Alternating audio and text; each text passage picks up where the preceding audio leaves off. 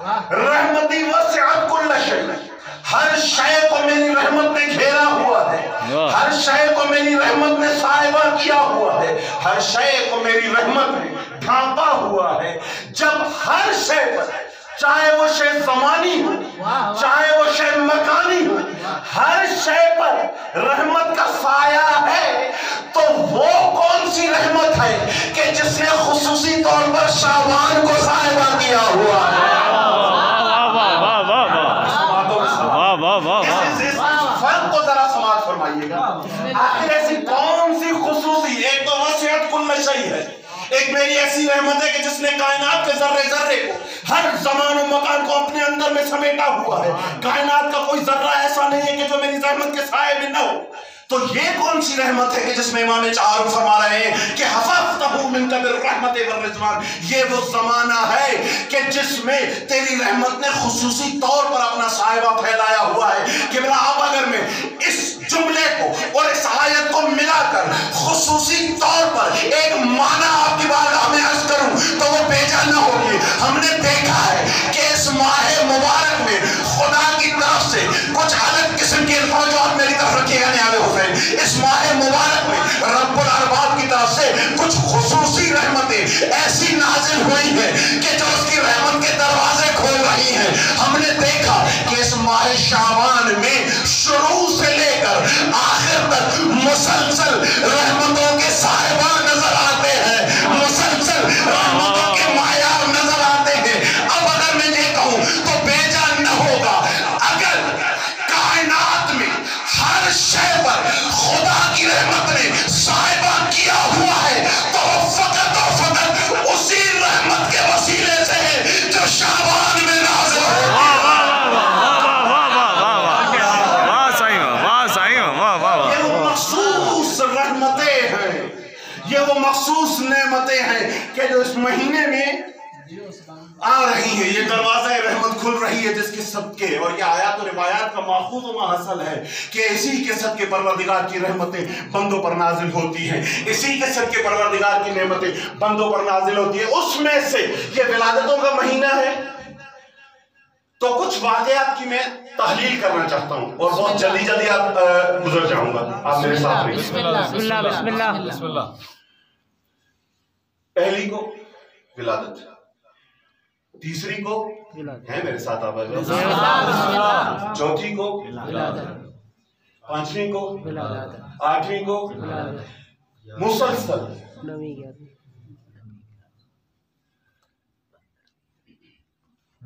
دنیائے آئمہ میں کیا تعبیر ہے، کچھ دنیائے آئمہ بسم اللہ، ماشاءاللہ، لوگ کی اپنی دنیا،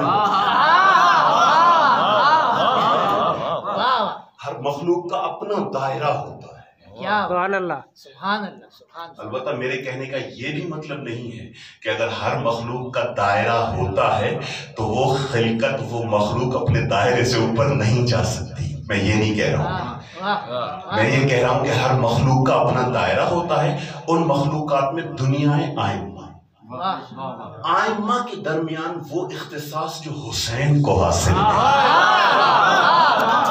کیا بات ہے، کیا بات ہے، ماشاءاللہ، کیا کہیں، وہ اختصاص جو حسین کو حاصل ہے، زمانی اعتبار سے اگر دیکھا جائے تو عجیب اختصاص ہے اس خوشی اور اس غم کا کہ جو آئمہ نے فرمایا ہے کہ آپ پر لازم ہے کہ آپ ہماری خوشی میں خوشی منائیں اور ہمارے غم میں شریک رہیں۔ یعنی اگر ہم خوش تو آپ خوش، ہم غمگین تو آپ غمگین۔ قبلہ یہ عجیب اختصاص ہے ذات سید الشہداء کو، یہ عجیب اختصاص ہے حسین ابن علی کو کہ اگر خوشی اور غمی کا تصور کرتے ہیں تو جب ہم ولادت تصور کرتے ہیں تو حسین ابن علی کی ولادت ہے ماہ شعبان میں، اور ایک ایسا مہینہ ہے ماہ شعبان جس کی خوشی کا یہ معیار ہے کہ اس مہینے میں کسی امام کی شہادت نہیں ہے، اور امام کی شہادت محرم میں غم ایسا ہے کہ اس مہینے میں کسی امام کی ولادت نہیں ہے۔ یہ انتم آپ خوش رہیں ہماری خوشی میں اور غمگین رہے ہمارے غم میں، اس کا معراج یہ ہے کہ حسین کی خوشی میں کچھ اس طرح سے کائنات خوش ہے کہ جس میں اس کی ولادت ہے، اس میں کسی کی شہادت نہیں ہے، اور حسین کے غم میں کچھ اس طرح سے کائنات نے خود کو مغموم کیا ہوا ہے کہ جس مہینے میں حسین کی شہادت ہے کسی امام کی ولادت نہیں ہے۔ تاریخ کے تناظر میں اس جملے کو سماعت فرمائیے گا۔ بسم اللہ بسم اللہ۔ تاریخ زمان، یہ ماہ شعبان کیا ہے؟ خوشیوں کا مہینہ۔ یہ ماہ شعبان کیا ہے؟ تاریخ میں مغموم زمان منقول ہیں، مغموم زمان۔ کہیں پر کسی سال کو عام الحزن کہا گیا، کسی سال کو، کہ آپ سب میرے بزرگان ہیں، اس تاریخ کا پورا منظر آپ کے ذہنوں میں آ گیا ہوگا۔ کہیں پر کسی زمانے کو عام الحزن کہا گیا، کہیں پر روز عاشور کو روز غم کہا گیا۔ کہ یہ ماہ شعبان کیا ہے؟ یہ ماہ اسلام میں فقط حزن کا تصور نہیں ہے، بلکہ اعیاد شعبانیہ نے یہاں بتایا ہے کہ جس طرح اسلام میں عام الحزن ہے، اسی طرح اسلام میں ماہ فرح و خوشی بھی ہے۔ جہاں عام الحزن ہے وہاں پر عام الفرح، جہاں پر عام الحزن ہے وہاں پر ماہ فرح و خوشی بھی ہے۔ یہ ایک تربیتی نقطے کے حوالے سے سماعت فرمائیے گا کہ ہماری ذمہ داری بھی ہے، اور انشاءاللہ یہ شاید لائیو چل رہا ہے یا ریکارڈ ہو رہا ہے، جہاں تک میری آواز پہنچ پائے۔ ہمارے غم میں غمگین ہوئیے اور ہماری خوشی میں خوش ہو جائیے۔ اس کو تھوڑا تحلیل کریں، ہم تھک تو نہیں گئے ہیں آواز؟ تھوڑا تحلیل کریں ہم۔ ہماری خوشی میں خوش رہیے اور ہمارے غم میں کیا دکھاوا بتا رہے ہیں؟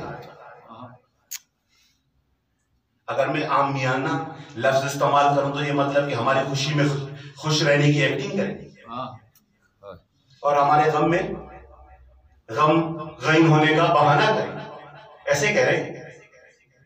ایسے تو کہہ نہیں سکتے۔ یہ حقیقتوں کی دنیا ہے، یہاں پر تو مجاز ہوتا ہی نہیں۔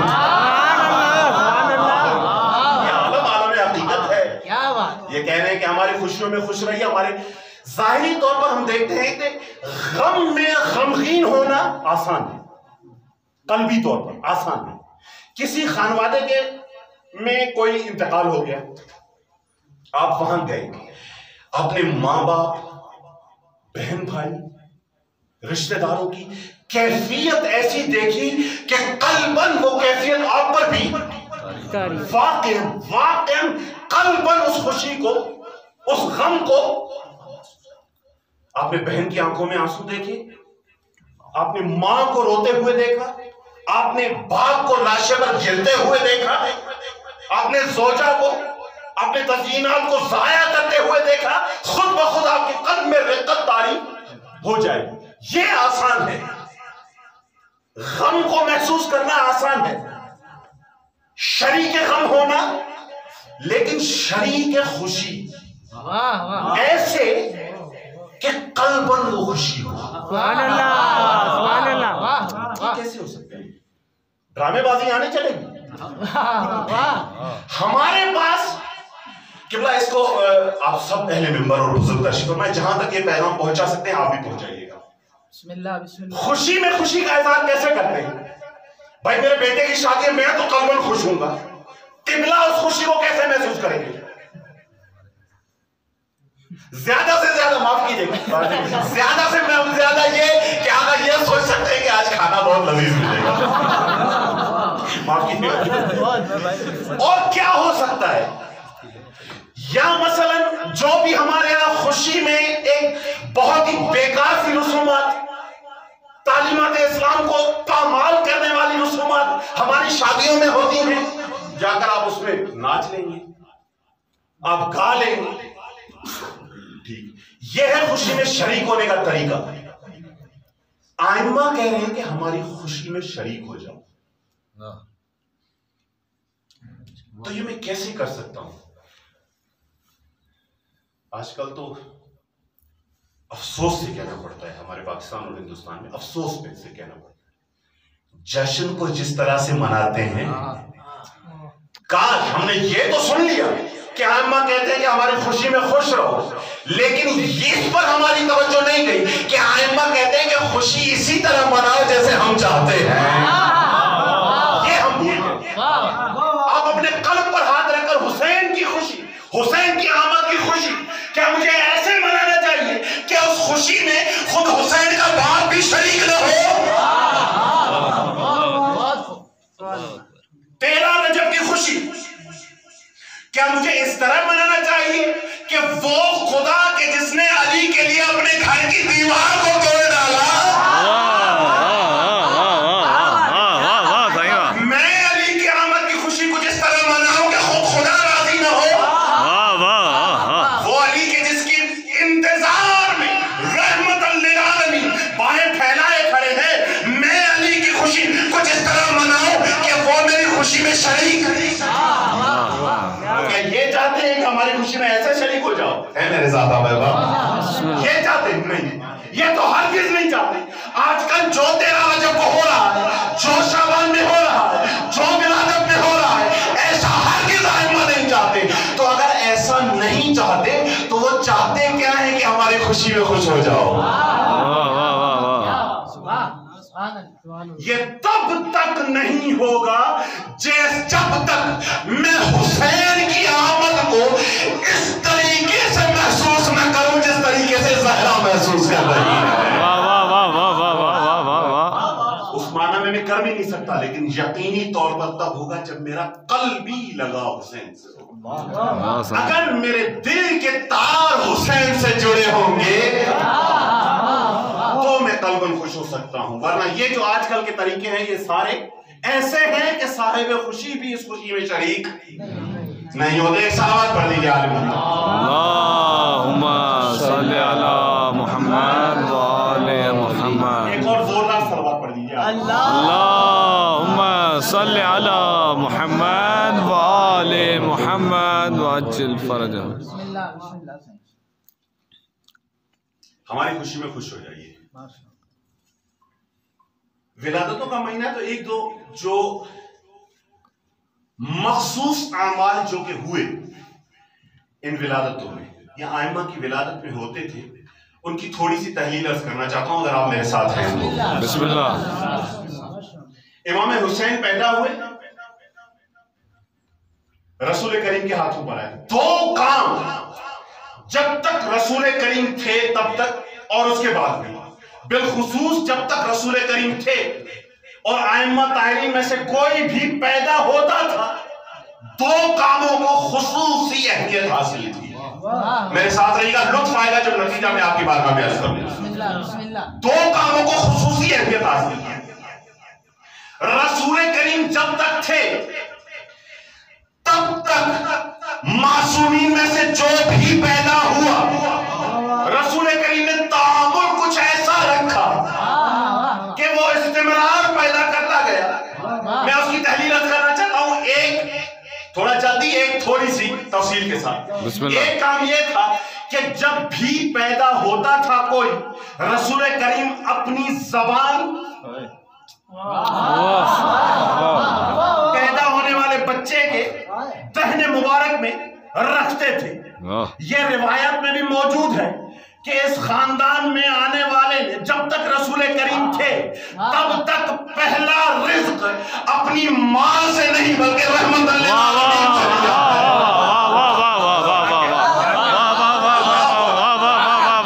پہلا رزق، اور یہ جو لعاب دہنے رسول کریم اس بچے کے منہ میں جا رہی ہے، یہ فقط مادی رزق نہ تھا۔ اس کو میں جلدی عرض کروں گا کہ یہ مشہور ہے اور آپ اس کو سماعت کر بھی چکے ہوں گے کہیں کسی مقام پر، بہت جلدی عرض کر رہا ہوں۔ علی پیدا ہوئے، جناب فاطمہ بنت اسد نے یہی شکوہ کیا کہ دودھ نہیں پی رہے۔ محمد مصطفیٰ نے مسکرا کے کہا جب تمہارے لیے آیا ہی نہیں ہے تو تمہارا دودھ کیوں پیے گا؟ جب بلایا ہم نے، بھیجنے والے نے پہلا ہمارے لیے کیا ہے، اس کا مستقبل ہم ہیں، یہ ہمارے لیے آیا ہے تو رزق بھی ہم ہی فراہم کریں گے۔ اور یہ موجود بھی ہے. خود جناب فاطمہ بنت اسد نے کہا کہ جب علی پیدا ہوئے تو محمد مصطفیٰ نے مجھ سے لے لیا, کہا اے فاطمہ اس کو میرے حوالے کر دے, اب یہ میرے حوالے ہوگا, اس کا جھولا وہی لگا جہاں میرا بستر ہے, اس کا جھولا وہی لگا جہاں میرا بستر ہے. بی بی فاطمہ بنت اسد کہتی تھی کہ علی کا بستر, علی کا جھولا رسول کے بستر کے نزدیک میں نے لگایا. رسول اٹھاتے تھے, گھماتے تھے, پھراتے تھے, جب بھی بھوک لگتی تھی شیر کا انتظام کرتے تھے, اور جب بھی علی سونا چاہتے تھے تو رسول علی کو جھولے میں سلا کے جھولا بھی خود دیتے تھے. اب میں نے جب اس روایت کو پڑھا کہ علی کا جھولا رسول خود جھلاتے تھے تو مجھے حسین کی فضیلت سمجھ میں آ گئی. ارے جس کے باپ کا جھولا رسول جھلاتے ہو, اس کا جھولا اگر جبریل نے جھلایا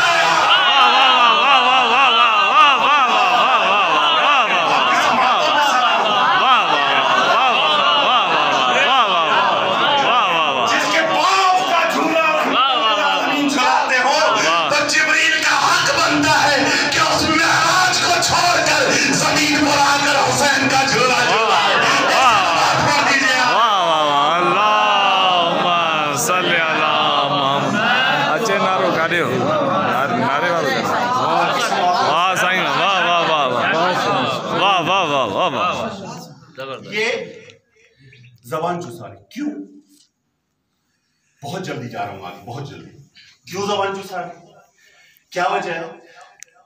13 رجب کو یہ کام ہوا, 20 جمادی ثانی کو یہ کام ہوا, 15 رمضان کو یہ کام ہوا, 3 شعبان کو یہ کام ہوا, 1 شعبان کو یہ کام ہوا. یہ ہوا, یہ روایات کی روشنی میں عرض کر رہا ہوں, یہ ہوا.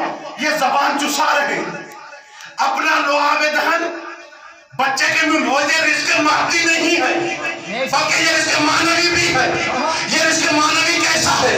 مجھے تاریخ میں ایک منظر نظر آیا کہ کوفے کی سرزمین پر ایک سجے ہوئے منبر پر ایک خطیب سلونی بیٹھا تھا کہ جو منبر پر بیٹھ کر یہ بول رہا تھا, سلونی کبر انتف کے دونی, پوچھ لو جو پوچھنا چاہتے ہو, جو چاہتے ہو پوچھ لو. تو سائل کا سوال کچھ عجیب تھا. یہ نہیں کہا کہ وہ بتائیں کیا ہوا, وہ بتائیں کیا ہوا, اس کا جواب دے دیں توریت میں کیا لکھا, ایسا کچھ نہیں پوچھا. سائل نے ذرا ہٹ کے سوال کیا, یا علی ذرا یہ تو بتاؤ, یہ جو آپ کہہ رہے ہیں مجھ سے جو پوچھنا ہو پوچھ لو, اس کا منبع کیا ہے, ایسا علم آتا کہاں سے ہے, اس کا منشا کیا ہے, کیسے آپ کو سب کچھ پتا چل جاتا ہے. روایات نے لکھا کہ منبر سلونی نے زبان کھولی اور حرکت دے کے کہا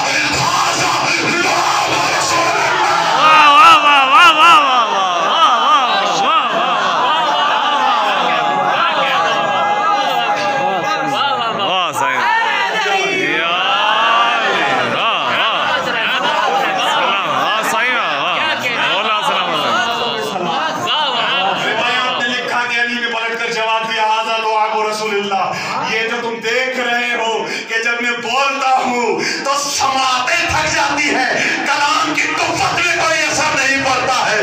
اس کا منبع اور کچھ نہیں, لعاب رسول خدا ہے.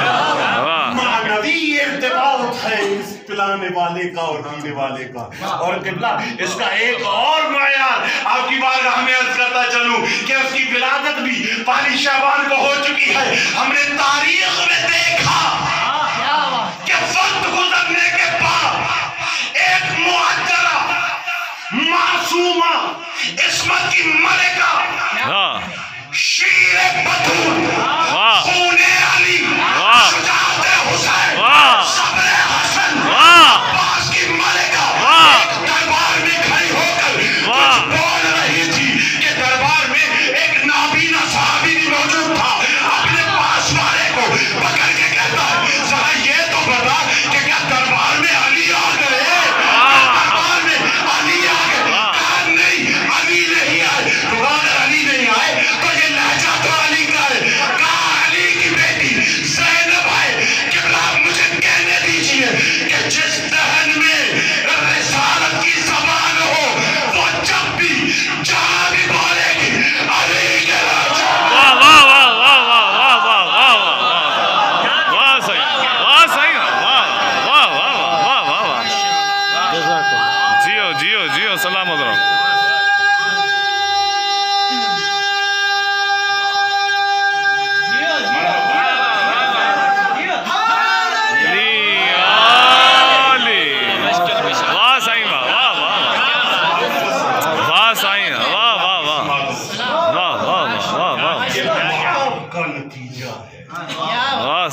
آج یہ جو کلام، ایک یہ کام، دوسرا کام اسم گزاری کہ بچے کا نام کیا رکھے. اب ایسے تو ہے نہیں میرے بیٹا پیدا ہو مجھے منہال نام اچھا لگا مجھے کیا ایسے ہے یہاں پر؟ یہاں پر بھی نام قراردادی ہوتے ہیں. یہاں تو چھوڑیے، مجھے کسی ایکٹر کا نام پسند آ گیا میں نے اس کا رکھ دیا. یہ تو اچھا ہے کہ چلو مجھے پھر بھی کسی صحابی کا نام پسند آیا، میں نے اپنے بیٹے کا نام رکھ دیا. لیکن ہمارے ہاں اسم گزاری حقیقت پر مشتمل نہیں ہوتی، تشویق پر مشتمل ہوتی ہے. لیکن اس گھرانے میں اسم گزاری تشویق پر نہیں حقیقت پر مبنی ہوتی ہے. اس دنیا میں کسی بچے کا نام علی ہوگا ہی تب جب وہ فاقد علوفت کے مرتبے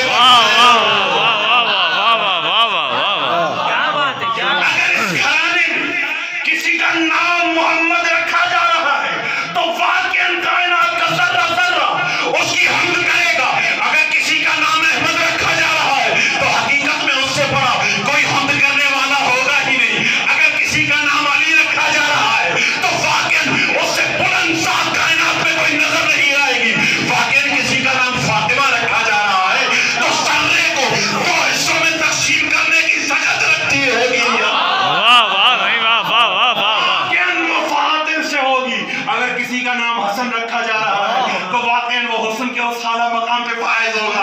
اور اگر کسی کا نام حسین رکھا جا رہا ہے تو حقیقت میں کائنات کے لیے ذرے ذرے کے لیے باعث زینت ہوگا. آپ کہیں گے زینت درمیان میں کہاں سے آ گئی؟ عرض کرتا ہوں آگے چلتا. زینت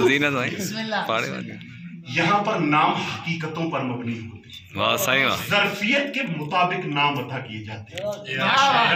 پہلی شعبان کو ایک ملکہ عصمت پیدا ہو گئی اور اتفاق اور حسن اتفاق اور لطف اتفاق کی بات یہ کہ اس کی بشارت دینے والے حسین ہیں. بابا بہن پیدا ہوئی ہے، نانا بہن پیدا ہوئی ہے. حضرت فاطمہ نے کہا اے علی اس کا نام رکھو. کہا نہیں، میں اس کام میں رسول سے سبقت نہیں کر سکتا ہوں. یا رسول اللہ بچی کا نام رکھیے. کہا نہیں، میں اس کام میں اس پر سبقت نہیں کر سکتا ہوں کہ وہاں سے وہ آنے والا آیا کہ جو ان مقامات پہ ہمیشہ آتا تھا. کہا یا رسول اللہ خدا نے سلام بھی بھیجے اور کہا ہے کہ اس بچی کا نام زینب رکھیے. بزرگ ہیں سب علماء بزرگ ہیں. نام ترکیبی ہے. زین مطلب کیا ہے؟ باپ کی زینت. نام حقیقت پر مشتمل ہے.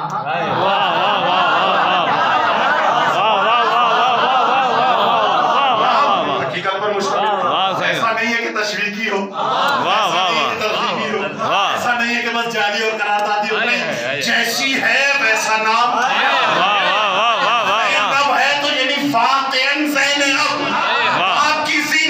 اب یہ کیا ہے، اس کا پتہ کیسے چلے گا؟ کہا اس کے باپ کو دیکھ لو وہ کون ہے. کہا باپ تو علی ٹھہرے. کہا یہ علی کی زینت ہے. اب علی کی زینت یعنی کیا؟ یعنی علی کو آپ کن کن چیزوں میں علی سمجھتے ہیں؟ کہا کائنات کی کوئی صفت اولیاء ایسی ہے ہی نہیں کہ جس میں علی علی نہ ہو. اگر علی عبادت میں دیکھ لے تو علی عبادت کی زینت ہے. علی شجاعت میں دیکھ لے تو علی شجاعت کی زینت ہے. علی حلم میں دیکھ لے تو علی حلم میں زینت ہے. علی کی عدالت دیکھ لے تو عدالت میں زینت ہے. علی کی بہادری دیکھ لے تو کوئی بھی کائنات کی صفت ایسی تصور نہیں کر سکتے ہیں کہ جس میں علی علی نہ ہو. اب جملہ آپ کے حوالے کر رہا ہوں. کائنات کی تمام صفتوں کی زینت کو علی کہتے ہیں. علی کی زینت کو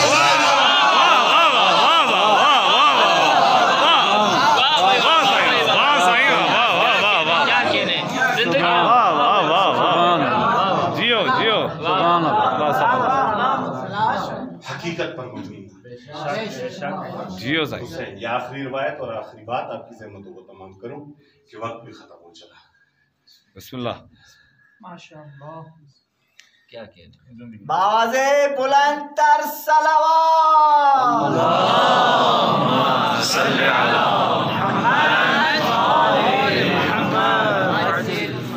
سلامت رہے سائیں، سلامت رہے. قال الحسین، بغیر تمید کے فقط روایت ہے اور اس کا نتیجہ اس قدر خوبصورت ہے کہ آپ مجھے دعائیں دیں گے.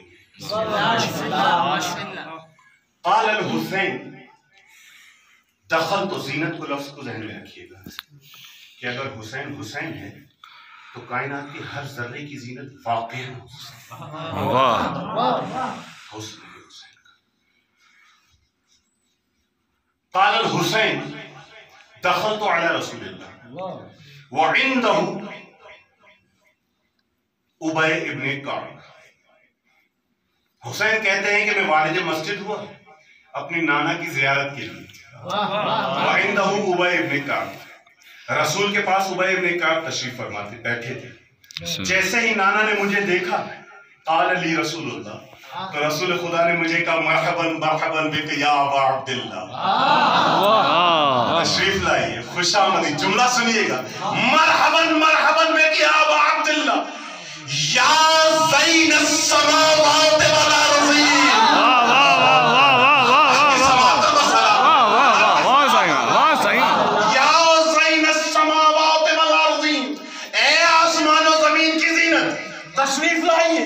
تشریف لائیے کہ ہم آپ کے استقبال میں ہیں.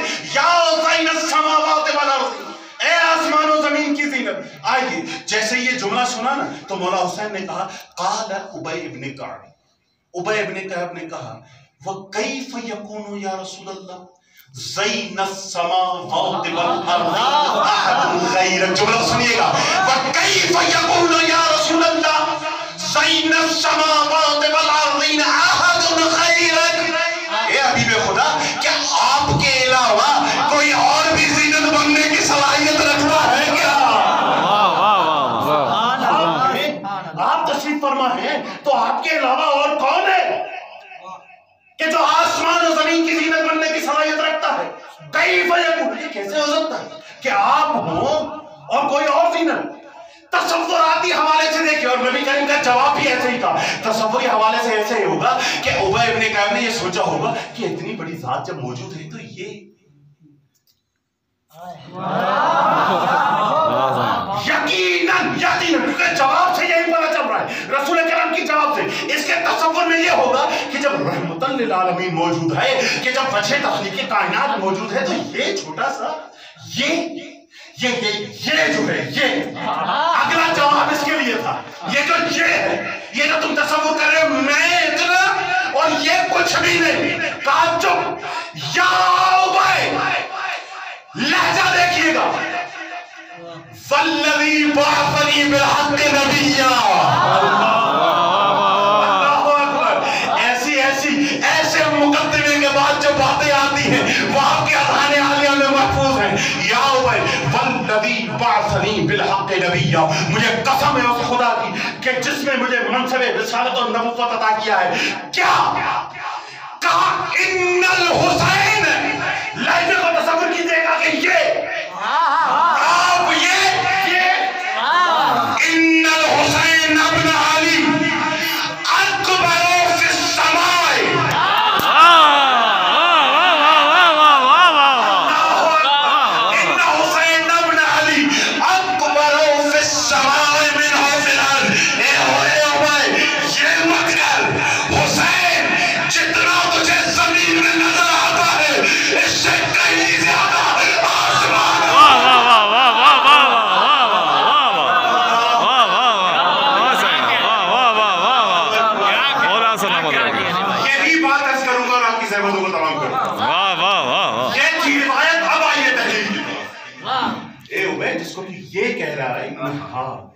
حسین ابن علی، یہ حسین ابن علی اکبر فی السماء منہ فی الارض.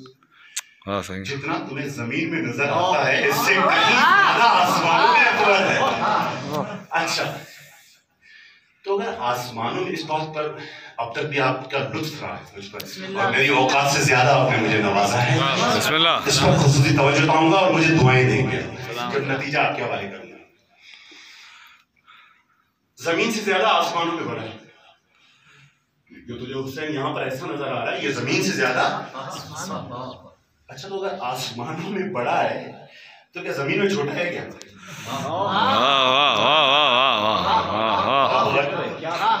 اگر آسمانوں میں بہت بڑا ہے تو کیا زمین میں چھوٹا ہے؟ یہاں کمی کس چیز کی بیان ہو رہی ہے؟ حسین کی نہیں.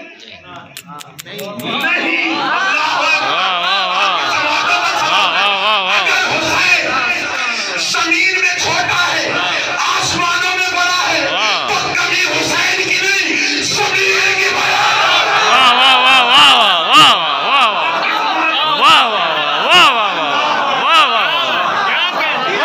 کمی حسین کی نہیں زمین کی بیان ہو رہی ہے کہ زمین میں اس سے زیادہ حسین کو تحمل کرنے کی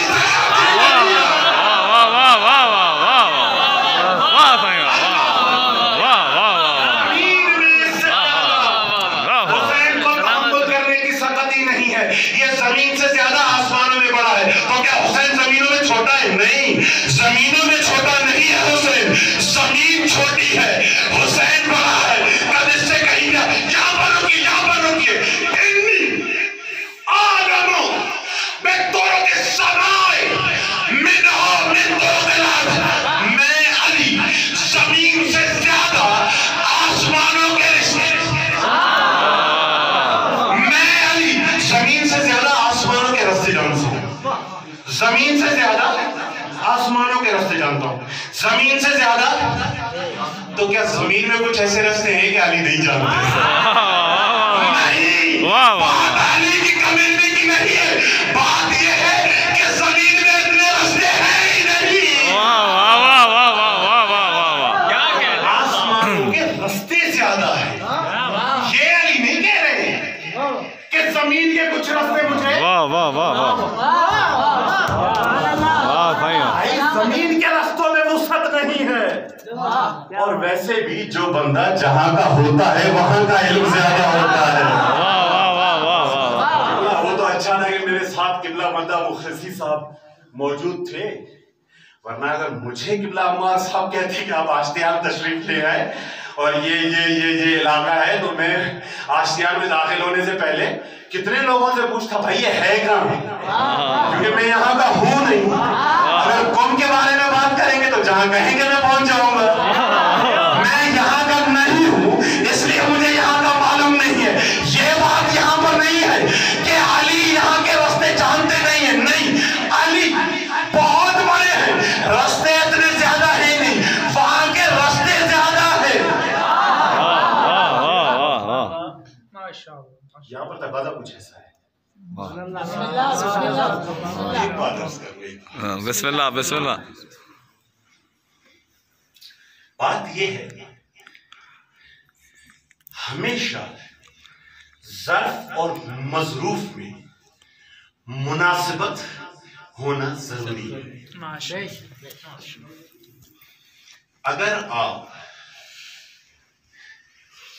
ظرف اور مظروف کی مناسبت کا خیال نہیں رکھیں گے تو ظرف میں وہ مظروف سما نہیں پائے گا.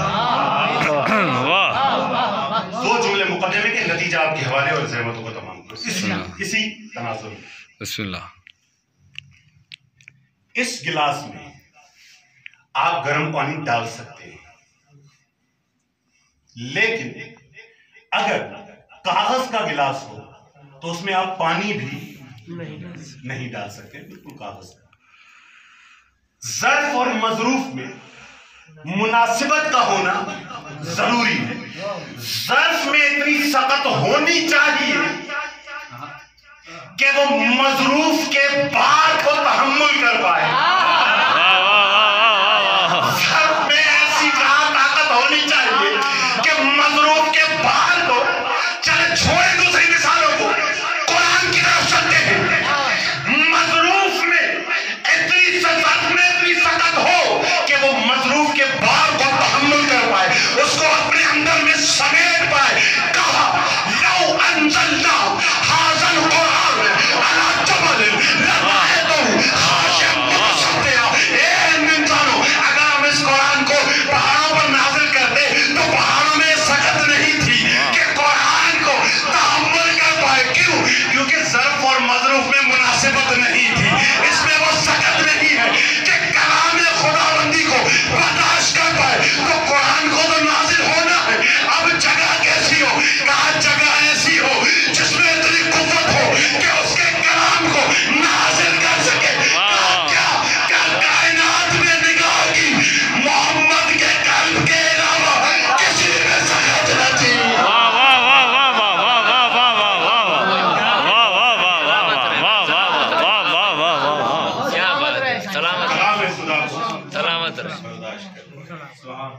اب جو حسین کو آنا ہے واہ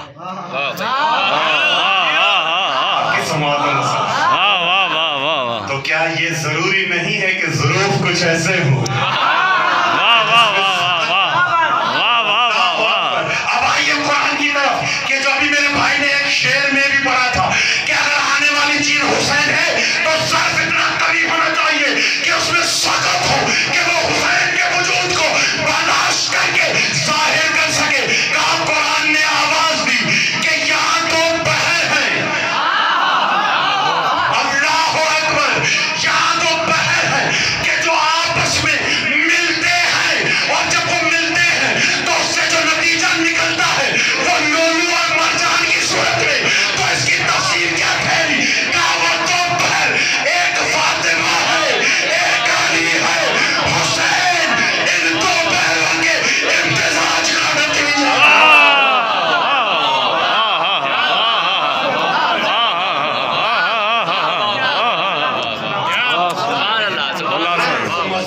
سلامت مناسبت ہونا ضروری ہے. بہت ضروری ہے کہ اگر بیٹا حسین جیسا پیدا کرنا ہے تو باپ علی اور ماں فاطمہ. کیونکہ قرآن پہاڑوں پر تو نازل ہو نہیں سکتا. حقیقت.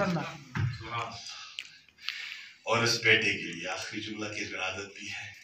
بسم اللہ بسم اللہ اور اس صحیح بسم بیٹے اللہ. کے لیے بہت ضروری ہے کہ جیسے محمد مصطفیٰ کے لیے علی کا ہونا ضروری ہے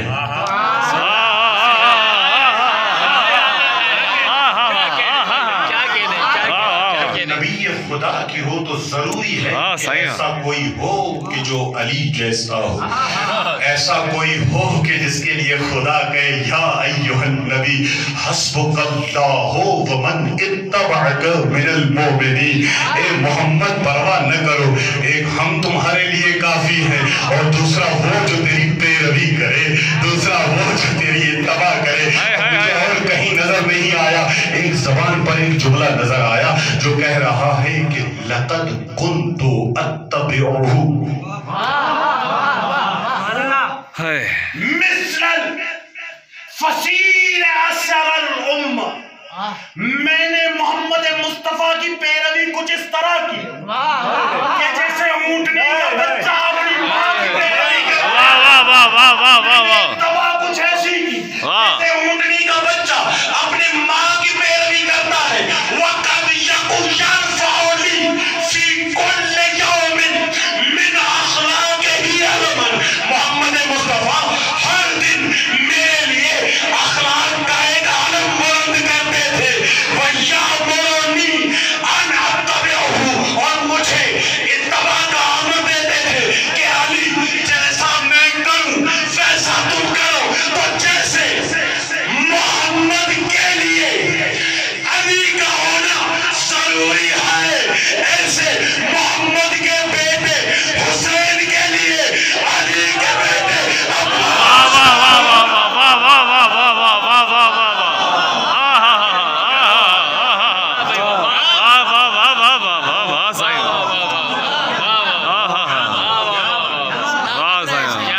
بیٹا محمد مصطفیٰ کا تو اس کے لیے علی کے بیٹے کا ہونا ضروری ہے. حسین اسیر و بسیرت جدی ہے تو عباس ایسے ہی حمایت کرے جیسے علی نے کی تھی. یہاں قدر ہوتا ہے. اسی طریقے سے انہی الفاظ کے ساتھ آپ بزرگان کے حق میں اور میں اپنے حق میں دعا